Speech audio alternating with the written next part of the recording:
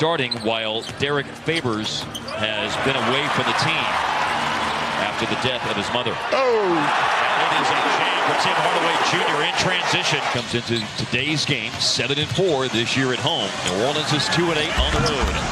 And Luka's on the board using the window and the rim. Nice. To score the basketball at a very high rate and high level. I'm a big fan of his as Luka gets all the way to the cup and scoops. Wow. Way up and in skin. Saw that really good playmaking that time from Ingram. Read the two guys jumping out on him, made the right pass. And went to Hayes to give New Orleans their first lead, although it only lasted a few seconds with an answer by Luka on a three-ball. Point first quarter for Luka. Here he is on the A young team that's on the rise. Man, I wondered where you were going with that. It all makes sense in the end. Kapow again. Will he ever miss again? He was 9 for 9. Pick and roll action.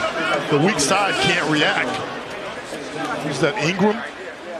Is the last line of defense here, and nothing he can do. I don't think Ball is ever going to reach his potential unless he starts to make shots consistently. Speaking of shot making consistently, Luka is doing that today. Hard 4 for 5 for the floor. Point Mavs lead, led by as many as 9.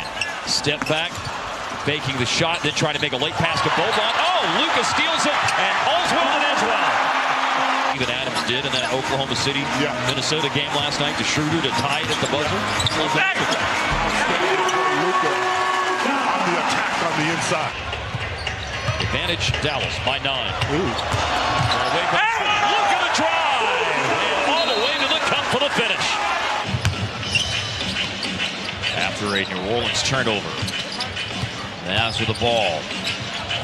Porzingis on the roll with a foul.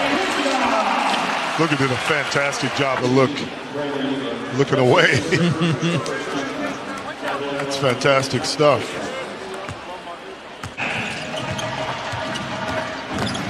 Luka drives and spins. Well done. Pretty good. Much better. Yeah. All the New Orleans references today, the cultural New Orleans references. Luka down the lane again. Just not the Pelicans away from a potential offensive rebound. Luka just knocked down a pair of free throws. Nice. And he's gone out top. What a pass and what a flush by Kleber. I like that pick it on the floor. Luka drawing two guys, and to your point, pass on target.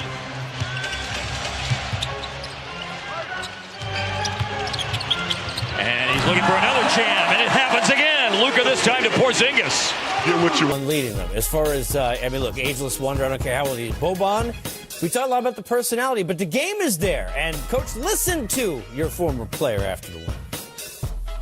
Play well and shoot well. It was really good for you. Think about Philly. And we were talking about, I mean, the skill level. Give people a sense of this, Coach. No, listen. I mean, the guy can really shoot the ball out to about 18 feet. He's a great free throw shooter. He's an outstanding passer. In fact, one of the things you go through coaching him is to get him to understand how unstoppable he is down low. He wants to pass the ball. Like, no, my man, you're within 4 feet of the basket. Nobody can stop you.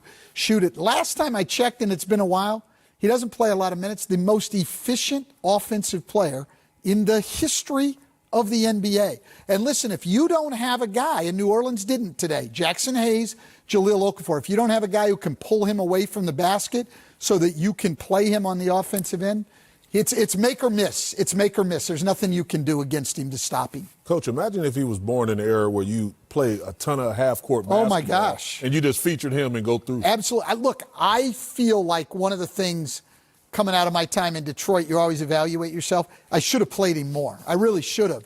And I think there's other coaches would say the same thing because, you know, as a coach, you tend to think about at the defensive end of the floor all the time. And he can be a problem there. But the man's unstoppable and unselfish in the whole thing. You know, I wish I would have played him more. And he, look, efficient, and if he's unstoppable, then Luka basically is an Avenger at this point. Yes. I don't even know what we're supposed to say about him. Knowing how difficult the game truly is, what's it like watching how easy, at this point in his career this early, he seems to make it look, Karan? Look, it's special. Look, you talk about being 20 years old and thinking about some of the all-time greats at the age of 20 that we've seen in the past.